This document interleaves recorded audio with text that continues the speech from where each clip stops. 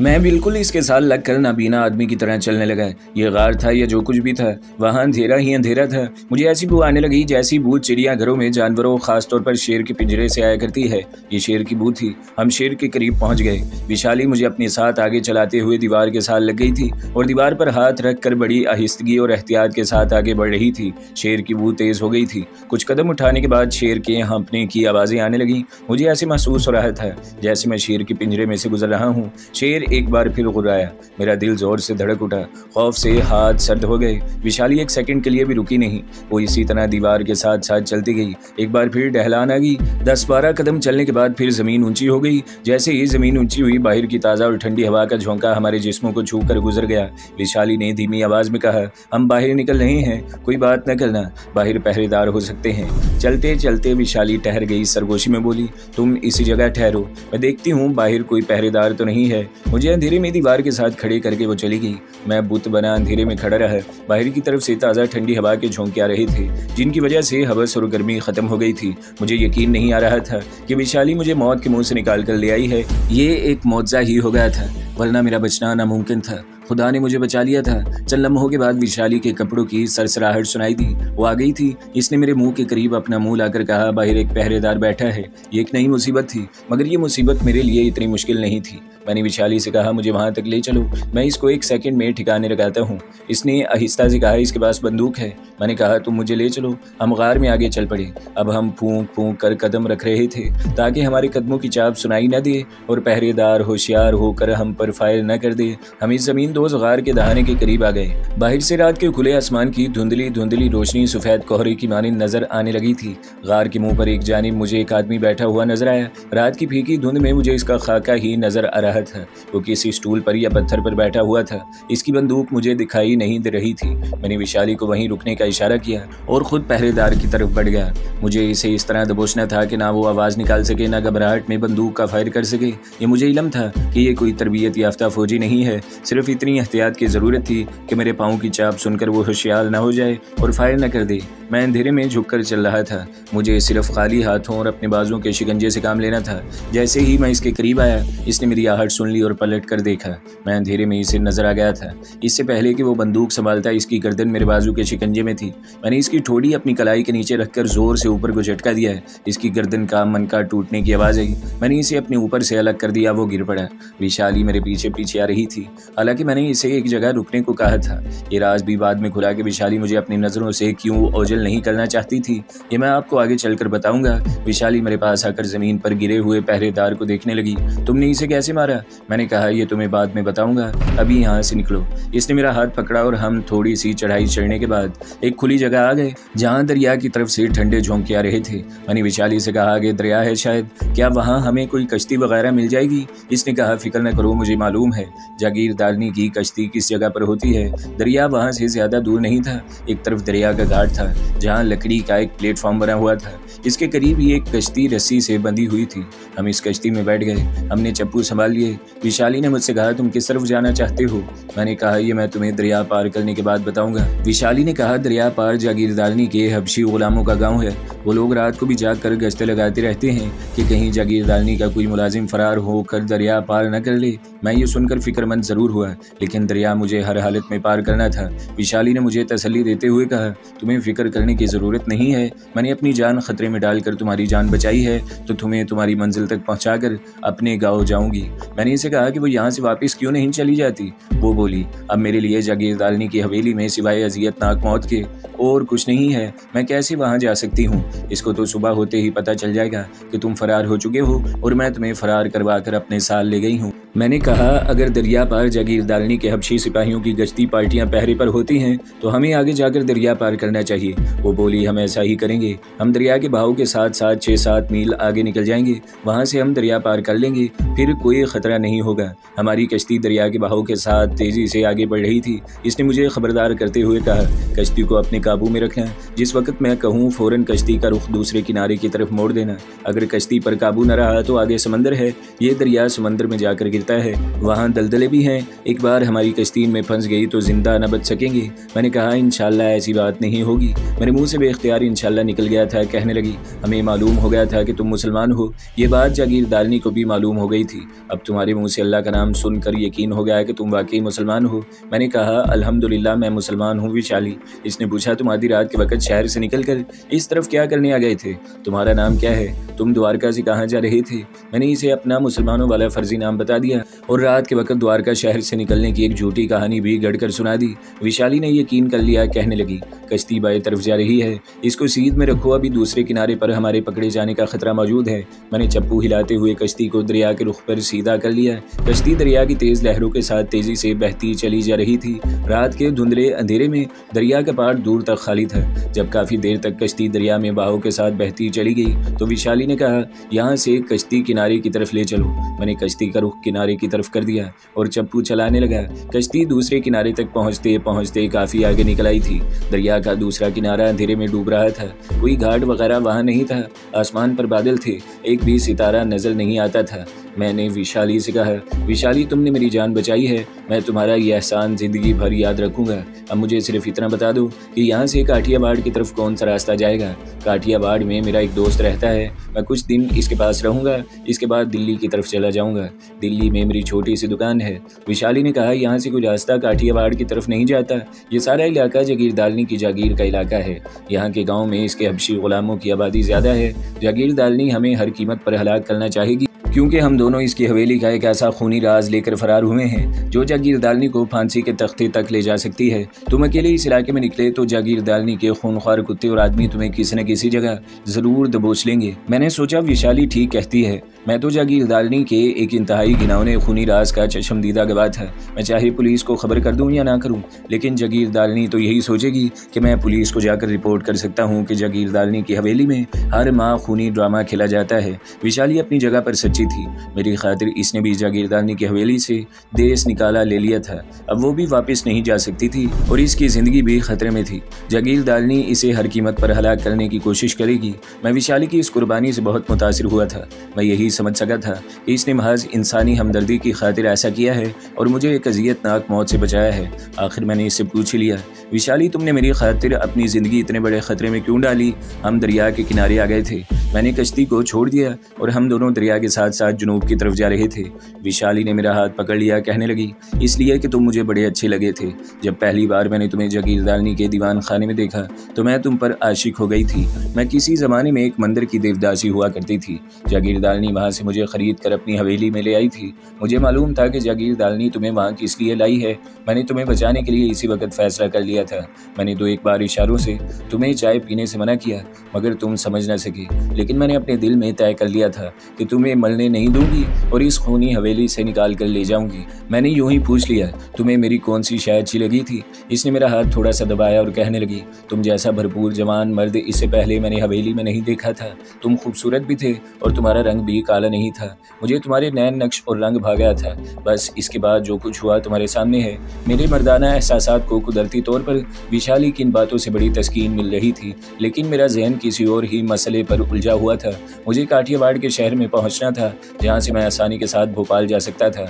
मैंने विशाली से कहा हम किस तरफ जा रहे हैं? क्या आगे कोई ऐसा गांव वगैरह है जहां से मुझे किसी शहर तक कोई लारी वगैरह मिल सकती है? और तुम कहां जाना चाहोगी? क्या वापिस अपने पुराने मंदिर में जाओगी? विशाली ने आह भरकर कहा मैं अपने पुराने मंदिर में गई तो जागीरदारनी के आदमी बड़ी आसानी से वहां आकर मुझे कत्ल कर जाएंगे, तो फिर तुम कहां जाओगी? वो बोली यहाँ से आगे एक जंगल है, इस जंगल में मेरी एक सहेली का गांव है। ये गांव पहाड़ियों में छुपा हुआ है, वहाँ बाहर से कोई नहीं आ सकता। तुम भी मेरे साथ वहाँ चले चलो, कुछ दिन वहाँ रहना। वहाँ से हर हफ्ते गाँव की औरतें बैलगाड़ी में बैठकर अगले गाँव जाती हैं। तुम इस बैलगाड़ी में सवार होकर अगले गाँव चले जाना। वहाँ से तुम्हें काठियावाड़ जाने वाली कोई लारी जरूर मिल जाएगी। वहाँ शहर से लारियाँ आती जाती रहती हैं। मुझे उम्मीद की कोई सूरत नजर आई। मैंने कहा कि ऐसा नहीं हो सकता कि मैं तुम्हारी सहेली के गाँव में एक आध दिन रहकर खुद बैलगाड़ी लेकर अगले गाँव चला जाऊँ। विशाली ने जवाब दिया बैलगाड़ी हफ्ते में सिर्फ एक दिन ही जाती है और इसे मेरी सहेली दक्षिणा का खामंद ही चलाता है। आगे रास्ता पहाड़ी जंगलों से होकर जाता है और बड़ा खतरनाक रास्ता है। वहाँ जंगली दरिंदे हमला कर देते हैं। मेरी सहेली दक्षिणा का मालिक जंगल के खुफिया रास्तों से वाकिफ है। वो बैलगाड़ी खुफिया रास्तों से लेकर जाता है, तुम अकेले जाओगे तो किसी शेर बाग का शिकार हो जाओगे। मैंने दिल में सोचा कि चलो 1 हफ्ता कोई ज़्यादा मुद्दत नहीं है, कम से कम मैं काठियावाड़ तो बहिफाजत पहुंच सकूंगा। मैंने कहा ठीक है विशाली, तुम जैसे कहती हो मैं वैसे ही करूंगा। विशाली चलते चलते बिल्कुल मेरे साथ लग गई और बड़े मोहब्बत भरे लहजे में बोली, तुम कितने अच्छे हो, काश मैं हमेशा तुम्हारे साथ रह सकती, लेकिन क्या करूं, मैं मजबूर हूं, ऐसा नहीं कर सकती। इसी तरह बातें करते और दरिया से हटकर चलते हम एक छोटे से मैदान में आ गए जहां बांस और नारियल के बहुत दरख्त थे। बांस और नारियल के दरख्तों से मेरी निगाहें इतनी मानूस हो गई थी कि मैं इन्हें रात के अंधेरे में भी पहचान लेता था। ये दरख्त बस्ती और जनूबी हिंदुस्तान के जंगलों में बहुत पाए जाते थे। दरख्तों का जखीरा काफ़ी फैला हुआ था। वो ख़त्म हुआ तो पथरीला रास्ता शुरू हो गया जिसकी दोनों जानिब रात के अंधेरे में स्याह चट्टानें सतूनों के साथ खड़ी नजर आ रही थी। विशाली ने कहा, इन टीलों के पीछे एक नदी बहती है, हम वहाँ मुँह हाथ धोकर पानी पियेंगे। इस नदी का पानी बड़ा मीठा है, मुझे प्यास भी लगी है। मैंने किसी कदर बेजार होकर पूछा, लेकिन तुम्हारी सहेली का गाँव अभी कितनी दूर है? विशाली ने कहा, फिक्र क्यों करते हो, मैं तुम्हारे साथ हूँ। हम दिन निकलने से पहले पहले दक्षिणा के गाँव पहुँच जाएंगे। रात ढलना शुरू हो गई थी, चट्टानों वाला पथरीला रास्ता खत्म हो गया। वहाँ एक छोटी सी नदी बह रही थी। विशाली और मैं नदी के किनारे बैठ गए। हम काफी थक गए थे। हमने मुंह हाथ धोया, नदी का पानी, ठंडा पानी पिया। विशाली उठ खड़ी हुई कहने लगी, यहाँ ज्यादा देर नहीं रुकना चाहिए, आगे चलते हैं। एक जगह से हमने नदी पार की। नदी की दूसरी तरफ जंगल था। ये ज्यादा घना नहीं था। इस जंगल से भी हम गुजर गए। सामने पहाड़ी टीले नजर आने लगे। विशाली ने इन टीलों की तरफ इशारा करते हुए कहा, इन पहाड़ियों के दरमियान मेरी सहेली दक्षिणा का गाँव है। मैंने इत्मीनान का सांस लिया। कम से कम वो गाँव तो आया जहाँ से मुझे किसी अगले गाँव या शहर तक पहुँचने के लिए कोई बैलगाड़ी मिल सकती थी। पहाड़ियों तक पहुँचते पहुँचते भी काफ़ी वक्त लग गया। हम पहाड़ियों की चढ़ाई चढ़ने लगे। पहाड़ियों पर कहीं कहीं झाड़ियाँ उगी हुई थी। आखिर हम पहाड़ की चोटी पर आ गए। हम दोनों का सांस फूल गया था। विशाली पहाड़ी की दूसरी तरफ देख रही थी, मैं भी इसकी तरफ देखने लगा। नीचे चारों तरफ ऊंची ऊंची पहाड़ियों में घिरी हुई एक प्याला नुमा छोटी सी वादी थी। वादी में अंधेरा था और कहीं कहीं रोशनी टिमटिमा रही थी। विशाली बोली, ये मेरी सहेली का गाँव है। फिर इसने मेरी तरफ देखा। रात के पिछले पहर के धुंधले अंधेरे में इसकी स्याह आंखें स्याह मोतियों की तरह चमक रही थी। कहने लगी, मेरी सहेली के गांव में तुम्हें हर तरह का आराम मिलेगा। तुम खाने को जो चाहोगे तुम्हें मिलेगा। ये गांव नहीं, एक स्वर्ग है जिसको तुम मुसलमान जन्नत कहते हो। वो बड़े पुरस्कार अंदाज में मुस्कुराई। इसने मेरे कंधे पर हाथ रखकर जरा दबाया और कहा, आ जाओ स्वर्ग में चलते हैं। मैं कुछ समझ न सका वो इस किस्म की पुरस्कार और बहकी बहकी बातें क्यों करने लगी थी। हम पहाड़ी की दूसरी जानिब ढलान उतरने लगे। आखिर हम वादी में आ गए। यहाँ तक आते आते आसमान पर जो बादल छाए हुए थे, इनके अकब में सुबह काजिब की यानी सूरज निकलने से कुछ देर पहले की फीकी फीकी सफेदी झलकने लगी थी। और इस धुंधली फीकी रोशनी में मुझे पहाड़ी के दामन में दोनों जानिब फासले फासले पर गोल लंबूतरी झोंपड़ियां दिखाई दी। किसी किसी झोंपड़ी के बाहर रोशनी टिमटिमा रही थी। शायद ये मिट्टी के तेल की लालटेन थी। विशाली मेरे आगे आगे चलने लगी थी। वो एक झोंपड़ी के बाहर आकर रुक गई। इसने मेरे मुंह के करीब अपना मुंह लाकर कहा, ये मेरी सहेली दक्षिणा की झोंपड़ी है। सब गाँव वाले झोंपड़ियों में ही रहते हैं। अजीब बात थी कि वहाँ मुझे कोई बैलगाड़ी, कोई माल मवेशी वगैरह नजर नहीं आ रहा था, जो गाँव की खास निशानी होती है। झोंपड़ी के दरवाजे पर पर्दा गिरा हुआ था। विशाली पर्दा उठाकर झोंपड़ी में दाखिल हो गई। मैं बाहर ही खड़ा रहा। कभी इर्द गिर्द की झोंपड़ियों को देखता और कभी आसपास की बुलंद पहाड़ियों को तकने लगता, जिन्होंने इस छोटे से गाँव को अपनी हिसार में ले रखा था। विशाली ने ठीक कहा था, यह गाँव लोगों की नजरों से छुपा हुआ है। झोंपड़ी के अंदर से किसी औरत के हंसने की आवाज आई। ये विशाली के हंसने की आवाज नहीं थी। इतने में झोंपड़ी का पर्दा हटा और एक ऊंची लंबी जवान औरत नमूदार हुई। सुबह काजिब के फीके उजाले में इसकी आंखें मेरी तरफ देखते हुए चमक रही थी। इसका रंग खिलता हुआ था। जिस्म पर सिर्फ एक साड़ी थी जो इसके जिस्म को पूरी तरह से नहीं ढांप रही थी। इसके पीछे से निकलकर विशाली ने कहा, यह मेरी सहेली दक्षिणा है। वो जवान और दराज कद नीम उरिया औरत जिसका नाम दक्षिणा था, अपने बालों का जोड़ा बनाते हुए मेरी तरफ इस तरह देख रही थी जैसे इसने पहली बार किसी मर्द की शक्ल देखी हो। विशाली ने सरसरी तौर पर मेरा इससे तारुफ कराया। दक्षिणा ने कहा, अंदर आ जाओ, बाहर क्यों खड़े हो। इस औरत की आवाज़ भी बड़ी मुतरन्नम थी। वो किसी तरह भी गाँव की औरत नहीं लग रही थी। इसकी जुबान भी इस इलाके के देहातियों वाली टूटी फूटी गुजराती और मराठी या मेज़ हिंदी नहीं थी। इसने बड़ी साफ उर्दू में बात की थी। मैं झिझकते हुए झोंपड़ी में दाखिल हो गया। झोंपड़ी में सबसे पहले जिस चीज़ ने मुझे मुतासिर किया वो एक खुशबू थी।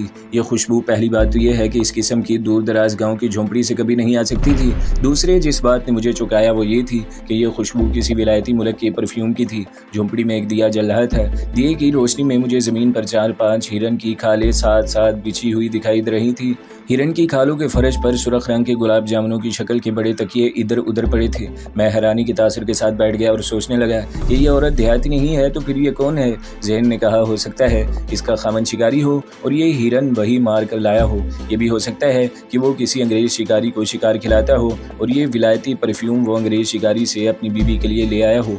विशाली और दक्षिणा भी मेरे पास बैठ गई। विशाली कहने लगी, दक्षिणा का खामद इस गाँव का मालिक है, ये सारी ज़मीन इसी की है, वो यहाँ कभी कभी ही आता है, शहर में काम करता है। क्यों दक्षिणा? दक्षिणा मेरी तरफ देख रही थी, मुस्कुराकर बोली, हाँ हाँ वो कभी कभी यहाँ आता है, मगर मुझे इससे प्रेम नहीं है। और दोनों खिलखिलाकर हंस पड़ी। विशाली ने मेरे सामने दक्षिणा से पूछा, गाँव से बैलगाड़ी किस रोज शहर जाएगी? दक्षिणा ने हंसकर कहा, क्यों, क्या तुम इतनी जल्दी वापस चली जाओगी? विशाली ने कहा, अरे नहीं, मुझे नहीं, हमारे दोस्त को काठियावाड़ जाने की जल्दी है। दक्षिणा ने मेरी तरफ देखा। मैंने कहा, हाँ मुझे जाना है, वहाँ लोग मेरी राह देख रहे हैं। इस औरत ने अजीब अंदाज से मेरी तरफ देखा और कहा, हम भी तो तुम्हारी राह देख रहे थे। और एक बार दोनों खिलखिलाकर हंस पड़ी।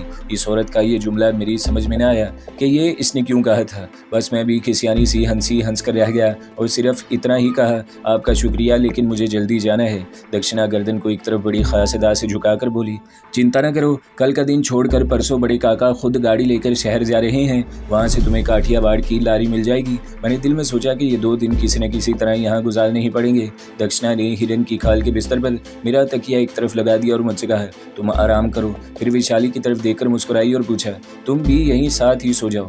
दोनों हंसने लगी। विशाली बोली, नहीं दक्षिणा, ये मेरा दोस्त है, ये अकेला ही सोएगा, हम दोनों जरा परे होकर सो जाएंगे।